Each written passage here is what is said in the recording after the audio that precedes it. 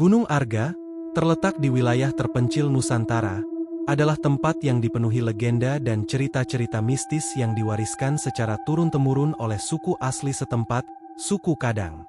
Meskipun keindahan alamnya menakjubkan, jarang ada yang berani mendaki gunung itu. Penduduk sekitar mempercayai bahwa gunung itu bukan sekadar bentangan alam biasa, tetapi sebuah tempat yang dikuasai oleh kekuatan gaib. Mereka meyakini bahwa Gunung Arga telah dikutuk oleh leluhur mereka, dan siapapun yang melanggar aturan adat istiadat yang ditetapkan akan menghadapi nasib buruk yang tak terelakkan. Aturan adat itu sederhana namun sakral. Setiap pendaki harus meminta izin terlebih dahulu kepada tetua desa, melakukan ritual persembahan kepada roh penjaga gunung, dan yang paling penting, mereka dilarang melakukan tindakan yang dianggap tidak hormat terhadap alam atau leluhur di sepanjang jalur pendakian. Pelanggaran terhadap aturan ini tidak hanya dianggap sebagai tindakan tidak sopan, tetapi juga sebagai panggilan terhadap kekuatan gelap yang menghuni gunung. Namun, di era modern, sebagian orang menganggap cerita tersebut sebagai mitos kuno yang tidak lagi relevan. Di antara mereka adalah sekelompok pendaki muda yang ingin menantang diri mereka dengan menaklukkan Gunung Arga. Kelompok tersebut terdiri dari 5 orang.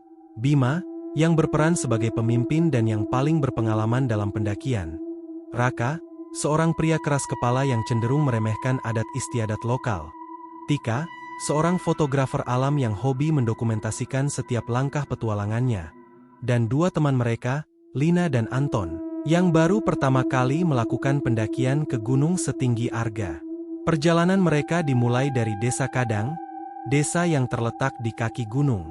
Desa itu kecil dan penduduknya jarang, namun terlihat bahwa desa tersebut sangat menghormati gunung di belakang mereka. Ketika kelompok pendaki tiba, mereka disambut dengan tatapan penduduk yang penuh rasa penasaran dan kekhawatiran.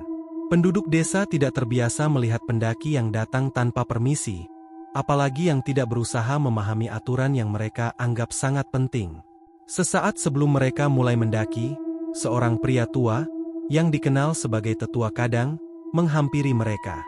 Rambutnya yang putih menjuntai sampai bahu, dan matanya yang dalam memancarkan ketenangan sekaligus kekuatan. "Kalian mau mendaki Gunung Arga?" tanya pria tua itu dengan suara serak namun berwibawa. "Iya, Pak. Kami hanya mau naik sebentar, mendokumentasikan perjalanan, dan turun dalam 2 hari," jawab Bima dengan sopan, meski terlihat jelas bahwa ia tidak sepenuhnya mengerti adat istiadat desa tersebut. "Kalian harus melakukan ritual sebelum naik," kata tetua itu lagi. "Gunung itu bukan sembarang gunung. Ada leluhur kami yang menjaga di sana. Jika kalian tidak menghormati mereka, kalian tidak akan kembali dengan selamat." Mendengar peringatan itu, Raka mendengus pelan. "Sudah biasa kita dengar yang begituan. Lagian, masa harus pakai ritual segala?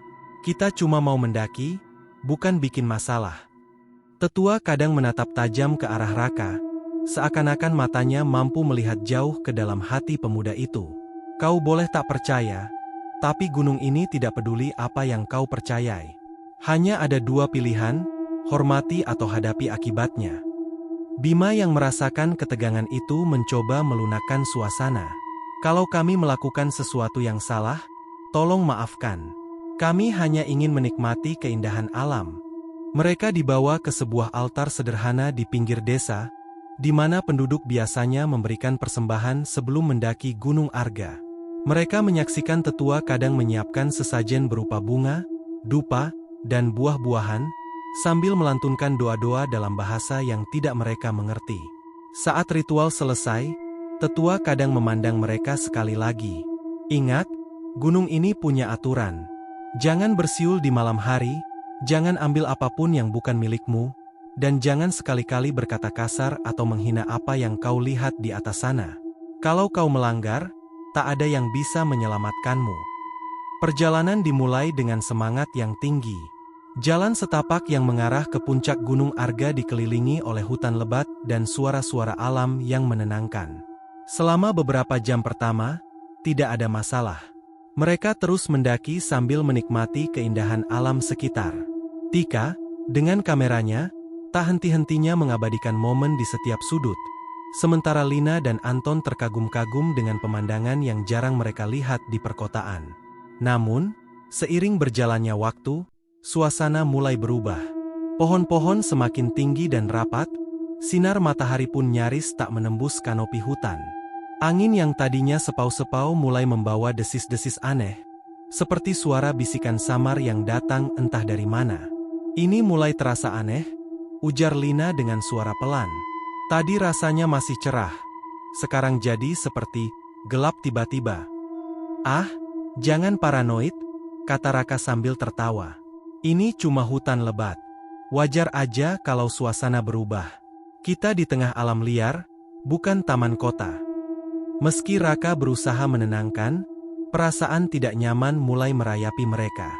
Bima, yang biasanya tenang, kini mulai merasakan keganjilan. Kompas yang dia bawa tiba-tiba tak berfungsi dengan baik, jarum penunjuknya berputar tanpa arah. Namun, dia tidak ingin membuat yang lain panik, jadi dia memilih untuk menyembunyikannya. Setelah berjalan beberapa jam lagi, mereka sampai di sebuah dataran tinggi yang cukup luas. Mereka memutuskan untuk beristirahat dan mendirikan tenda di sana. Malam sudah mulai turun, dan mereka ingin mempersiapkan diri sebelum kegelapan benar-benar menyelimuti. Saat tenda-tenda sudah berdiri dan api unggun dinyalakan, suasana mulai kembali ceria. Mereka duduk mengelilingi api, berbicara dan bercanda, meskipun rasa cemas tentang peringatan dari tetua kadang masih menggantung di pikiran mereka. Namun, seperti yang bisa ditebak, Raka mulai melanggar aturan. Saat malam semakin larut, tanpa memedulikan nasihat, ia mulai bersiul. Sebuah nada ceria yang seharusnya membangkitkan suasana, namun malam itu, siulannya terdengar sangat aneh. Suaranya bergema aneh di antara pepohonan yang kini berdiri seperti bayangan kelam di bawah sinar bulan. "Hei, Raka, jangan bersiul," tegur Bima, mengingatkan apa yang dikatakan oleh tetua desa. Namun, Raka hanya tertawa mengejek. "Masa sih? Cuma karena siul aja bisa kena kutukan? Ayolah, jangan percaya begituan." Saat Raka melanjutkan siulannya, tiba-tiba terdengar suara lain, seperti balasan dari jauh di dalam hutan. Sebuah siul yang terdengar lebih lembut, namun juga lebih dalam, menggema kembali ke arah mereka. Semua terdiam. Suara itu jelas bukan milik siapapun di antara mereka. "Apa itu?" tanya Anton dengan suara gemetar. Matanya berkeliling mencari sumber suara. "Pasti hanya gema atau burung hutan," jawab Raka, meski suaranya kini mulai terdengar kurang yakin. "Cemon, jangan takut. Ini cuma hutan." Namun, suasana mendadak berubah. Angin dingin mulai berhembus lebih kencang, seolah ada sesuatu yang bergerak di antara pepohonan. Api unggun yang tadinya menyala terang mendadak redup, seolah-olah sesuatu tengah menyerap energinya. Bima berdiri, mencoba meredakan kepanikan yang mulai terasa. "Kita semua harus masuk tenda. Kita istirahat sekarang dan lanjutkan perjalanan besok pagi. Jangan lakukan apapun yang aneh lagi. Ini serius." Mereka semua menurut, meski ketakutan mulai menghantui setiap pikiran mereka. Saat malam semakin larut, angin di luar tenda mulai terdengar seperti jeritan yang menyayat, berbaur dengan suara-suara aneh yang seakan berasal dari hutan yang hidup. Tika, yang berusaha tidur di dalam tendanya, mendengar suara langkah-langkah berat di luar. Awalnya dia berpikir itu adalah salah satu temannya yang sedang berjalan di sekitar, tapi ketika suara itu semakin mendekat, napasnya semakin pendek. Ada sesuatu yang berbeda dari suara itu, terdengar berat, lambat, dan tak wajar. Sesuatu yang besar, tapi tak tampak dari arah manapun. Dia menahan napas, berharap suara itu hanya bagian dari imajinasinya. Namun, ketika dia melirik melalui celah kecil di tendanya, dia melihatnya, sesosok bayangan tinggi dan kurus, dengan mata merah menyala di kegelapan, melintas di dekat mereka.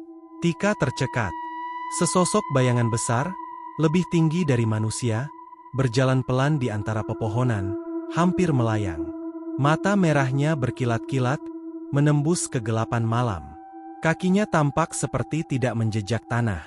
Dia segera menarik kepalanya dari celah tenda, tak berani menatap lebih lama.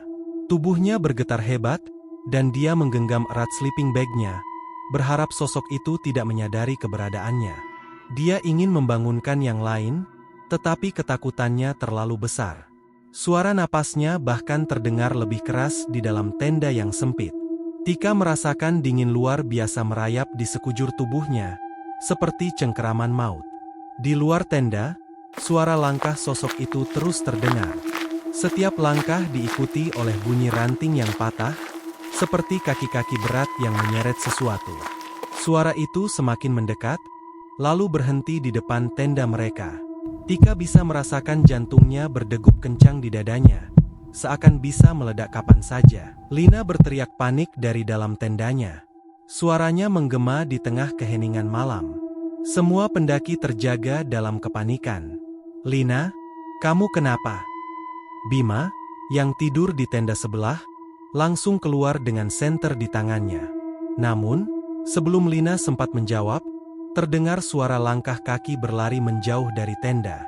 Sesuatu yang besar dan cepat. Bima mengarahkan senternya ke arah suara, tetapi tidak ada apa-apa selain pepohonan yang bergerak perlahan diterpa angin. Hanya kegelapan dan hutan yang sepi. Lina terduduk ketakutan di dalam tendanya, terengah-engah. Wajahnya pucat pasi. Aku melihatnya," kata Lina dengan suara gemetar. Sosok tinggi, matanya merah, dia berdiri di samping tenda. "Aku kira itu mimpi, tapi aku yakin itu nyata." Bima menatapnya dengan cemas. "Kamu yakin? Kita semua mendengar sesuatu, tapi mungkin hanya binatang liar." Tika, yang kini ikut keluar dari tendanya, langsung menyela. "Itu bukan binatang, Bima. Aku juga melihatnya. Aku melihatnya sebelum Lina berteriak. Dia melintas di dekat tenda kita. Sosok itu bukan manusia." Semua terdiam. Bahkan Raka, yang biasanya keras kepala dan meremehkan cerita mistis, tampak cemas. Ia menatap ke arah hutan yang semakin pekat, seolah-olah mengharapkan sesuatu muncul dari balik pepohonan. Bima memutuskan untuk mencoba tetap rasional. "Oke, kita tidak bisa panik. Bisa saja itu ilusi atau efek kecapean. Malam ini kita tidak akan mendaki lebih jauh. Kita harus bertahan di sini sampai pagi." Raka akhirnya angkat bicara, meskipun suaranya kali ini lebih pelan. Mungkin ada benarnya apa yang dikatakan tetua desa. Kita seharusnya mendengarkannya." Semua diam. Bahkan Raka, si pemberontak, mulai merasakan bahwa apa yang mereka hadapi lebih dari sekadar hal-hal yang bisa dijelaskan dengan logika. Tatapan cemas mereka tertuju pada Bima, menunggu keputusan. "Kita tidak bisa kembali sekarang," kata Bima dengan tegas meskipun ada keraguan dalam suaranya. "Terlalu berbahaya berjalan di malam hari. Kita tunggu sampai pagi, dan begitu matahari terbit, kita turun dari gunung ini. Aku tidak ingin mengambil risiko lagi." Malam itu, tidak ada yang bisa tidur. Suara angin, desiran daun, dan langkah-langkah samar membuat ketegangan terus meningkat. Mereka semua terjaga, meski mata mereka lelah dan tubuh mereka terasa berat. Setiap kali terdengar suara gemerisik, Tika langsung menyalakan senter dan melihat keluar tenda, berharap tidak melihat sosok mengerikan itu lagi. Namun, sosok itu tidak muncul lagi malam itu. Tetapi bayangan ketakutan terus menggelayuti pikiran mereka, hingga akhirnya pagi tiba dengan sinar matahari yang redup menembus kabut. Udara pagi terasa dingin dan berat, seolah-olah ada sesuatu yang masih menekan mereka. Mereka segera membereskan tenda dan bersiap untuk turun. Tanpa banyak bicara, mereka semua setuju bahwa pendakian ini harus dihentikan. Tidak ada gunanya lagi mencoba mencapai puncak setelah malam penuh teror itu. Namun, saat mereka mulai turun, Bima menyadari ada sesuatu yang salah. "Tunggu," katanya sambil memeriksa jalur di peta dan GPS. "Seharusnya kita berjalan ke selatan, tapi..." "Kenapa?" tanya Anton dengan cemas. "Jalurnya tidak ada. Seharusnya ini jalur yang benar, tapi rasanya kita berjalan memutar." Tika mulai merasa gelisah. "Kita tersesat." Bima menelan ludah, mencoba menenangkan diri. Mungkin. Tapi kita belum jauh dari tempat semalam. Kita bisa kembali ke titik awal dan mencoba jalur lain. Mereka kembali ke tempat perkemahan, tapi yang mereka temukan malah lebih aneh lagi. Bekas api unggun mereka menghilang, dan tanah di sekitar tempat mereka mendirikan tenda terlihat tidak seperti yang mereka tinggalkan. Seolah-olah mereka tidak pernah berada di sana. Tidak ada jejak kaki, tidak ada tanda bahwa mereka pernah tidur di sana semalam. Apa-apaan ini? Semalam kita jelas ada di sini. Tika mencoba menahan rasa takut yang mulai merayap lagi. Ini nggak masuk akal. Kita nggak mungkin salah ingat. Kita harus keluar dari sini secepatnya, kata Bima dengan nada mendesak. Kita ikuti jalur lain. Jangan berpencar. Mereka mulai berjalan kembali, kali ini dengan lebih hati-hati. Namun, setiap langkah terasa semakin berat, seolah ada sesuatu yang menahan mereka. Matahari di atas kepala semakin redup, meskipun belum siang. Kabut mulai turun, menutupi pandangan mereka. Jalur setapak yang mereka ikuti tiba-tiba menghilang di balik pepohonan yang semakin lebat. Raka, yang berjalan di belakang, tiba-tiba berhenti. Kalian dengar itu? Yang lain berhenti, mendengarkan dengan saksama. Awalnya hanya ada suara angin yang berhembus pelan, namun kemudian terdengar suara lain, suara siulan pelan yang datang dari balik kabut. Itu, siulan yang sama dari tadi malam. Bisik Lina, matanya melebar ketakutan. Jangan biarkan rasa takut menguasai kita, kata Bima, mencoba terdengar tegar. Kita terus berjalan. Namun, saat mereka melanjutkan langkah, siulan itu semakin mendekat. Kini terdengar lebih jelas, seolah-olah ada seseorang yang mengikuti mereka dari belakang. Raka, yang berjalan paling belakang, mulai melirik ke belakang dengan gelisah. Tunggu, gumam Raka dengan suara gemetar. Ada yang mengikuti kita. Dia menyalakan senternya, mencoba menembus kabut yang semakin tebal. Di antara kabut, sesosok bayangan terlihat samar-samar bergerak mendekat. Sosok itu tinggi, lebih besar dari manusia biasa, dengan mata merah yang bersinar di kegelapan. Lari!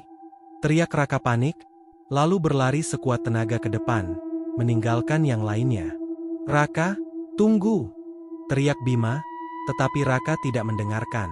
Ketakutan sudah menguasai dirinya. Dia berlari tanpa memperhatikan jalan, menerobos semak dan ranting pohon, sementara siulan itu semakin keras di telinganya.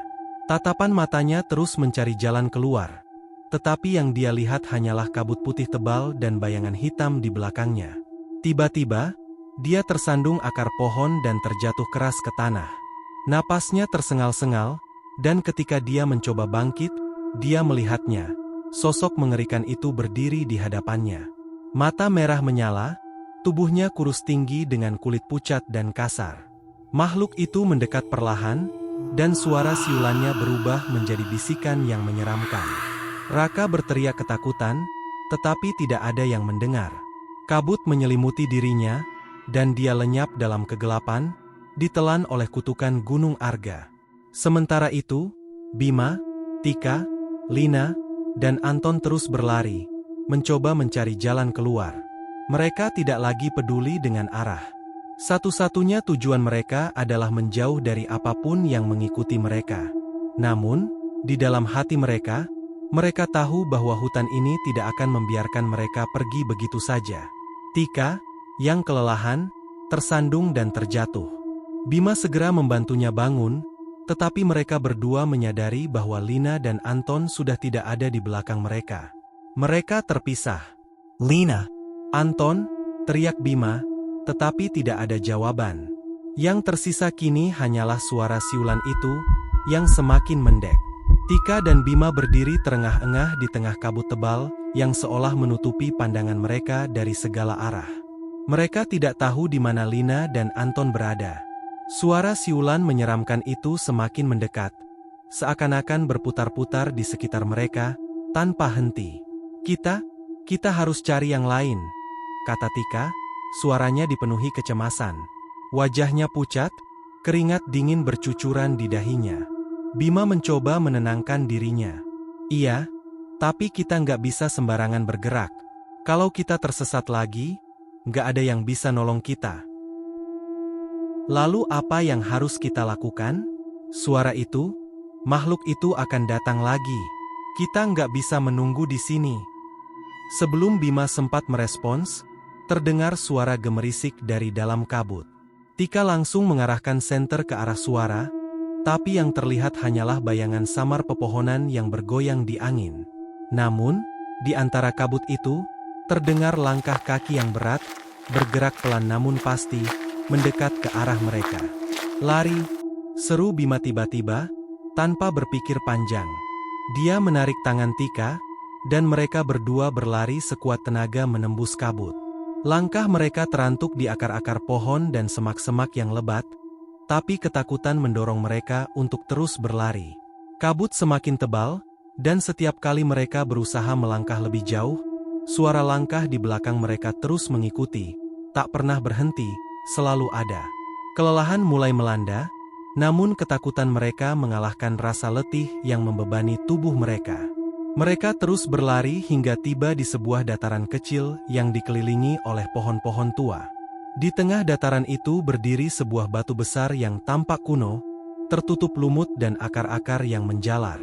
Batu itu berdiri seperti sebuah monumen, dan di sekitarnya terdapat beberapa benda aneh. Sesajen yang sudah lapuk, patung-patung kayu kecil yang menyeramkan, dan sisa-sisa kain merah yang terikat di pepohonan. Apa ini? Tika terengah-engah, matanya terpaku pada batu besar di tengah dataran itu. Ada sesuatu yang aneh dan tidak menyenangkan tentang tempat itu. Bima juga terdiam, matanya memperhatikan sekeliling. Sepertinya ini tempat ritual. Tika menelan ludah, merasakan jantungnya berdetak semakin cepat. Tempat ritual suku asli, tempat mereka melakukan persembahan untuk leluhur. Mungkin ini adalah tempat di mana mereka memberikan persembahan untuk roh penjaga gunung. Tika melangkah mendekati batu besar itu, meski perasaan takut terus menghantuinya. Apa mungkin kita harus melakukan sesuatu di sini? Persembahan? Minta maaf. Namun, sebelum Bima sempat menjawab, suara siulan yang menyeramkan itu terdengar lagi. Kali ini lebih dekat, lebih keras, dan lebih menghantui. Tika langsung mundur ketakutan, sementara Bima segera menyiapkan senter dan pisau lipatnya. Meski dia tahu bahwa benda kecil itu tak akan mampu melawan kekuatan gaib yang mungkin sedang mengintai mereka. Kabut semakin pekat, dan dari arah pepohonan muncul sosok tinggi yang familiar. Sosok itu perlahan-lahan muncul dari kegelapan, matanya yang merah menyala menatap lurus ke arah mereka. Kali ini lebih jelas, sosok itu memiliki tubuh yang kurus kering, kulitnya pucat seperti mayat, dan rambutnya panjang menjuntai hingga ke tanah. Setiap langkah yang diambilnya mengeluarkan suara gemerisik yang menghantui, dan siulannya bergema di udara malam yang semakin dingin. Bima mundur beberapa langkah, menggenggam tangan Tika erat-erat. Kita harus lakukan sesuatu. Tika, yang kini gemetar ketakutan, mencoba berpikir. Persembahan. Mungkin kalau kita lakukan persembahan, roh itu akan pergi. Tanpa berpikir panjang, Bima mengambil pisau lipatnya dan merobek bagian kecil dari bajunya. Dia menggulungnya menjadi bentuk kecil dan meletakkannya di atas batu besar itu. Tika, yang masih kebingungan, juga merobek sedikit kain dari jaketnya dan meletakkannya di samping potongan baju Bima. Mereka tidak tahu apakah itu akan berhasil, tapi saat ini, itu adalah satu-satunya harapan mereka. Sosok itu semakin mendekat, langkahnya pelan tapi pasti. Tika menutup matanya, berharap bahwa apapun yang telah mereka lakukan cukup untuk menyelamatkan mereka. Namun, suara langkah itu berhenti tepat di depan mereka. Tika membuka matanya dan melihat sosok itu berdiri di depan batu besar, menatap lurus ke arah persembahan sederhana yang mereka buat. Sejenak, dunia terasa terdiam. Tidak ada suara angin, tidak ada suara binatang malam. Hanya hening. Sosok itu tetap diam di tempatnya, seakan mempertimbangkan apa yang harus dilakukan. Kemudian, perlahan, sosok itu membungkuk sedikit, mengulurkan tangannya yang panjang dan kurus ke arah batu. Tangannya berhenti tepat di atas persembahan kain yang mereka letakkan. Jantung Tika dan Bima seakan berhenti berdetak, menunggu apa yang akan terjadi. Sosok itu menarik kembali tangannya dan berdiri tegak. Ia menoleh ke arah Bima dan Tika, matanya yang merah menyala sejenak memandang mereka dengan tatapan yang tak bisa dijelaskan. Lalu, tanpa sepatah kata pun, sosok itu perlahan-lahan berbalik dan menghilang kembali ke dalam kabut, meninggalkan mereka berdua dalam keheningan yang mencekam. Tika terjatuh lemas ke tanah, tubuhnya gemetar tak terkendali. Apakah dia sudah pergi?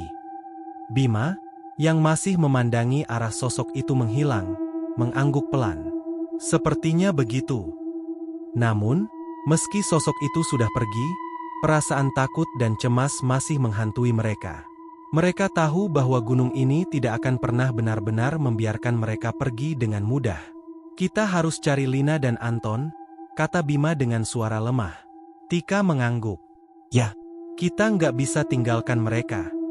Dengan sisa tenaga yang ada, mereka berdua bangkit dan melanjutkan perjalanan mereka menuruni gunung. Setiap langkah terasa berat, dan kabut yang tebal masih menutupi jalur di depan mereka. Namun, satu hal yang pasti, mereka tidak akan pernah melupakan malam itu, dan kutukan Gunung Arga akan terus menghantui mereka sepanjang hidup.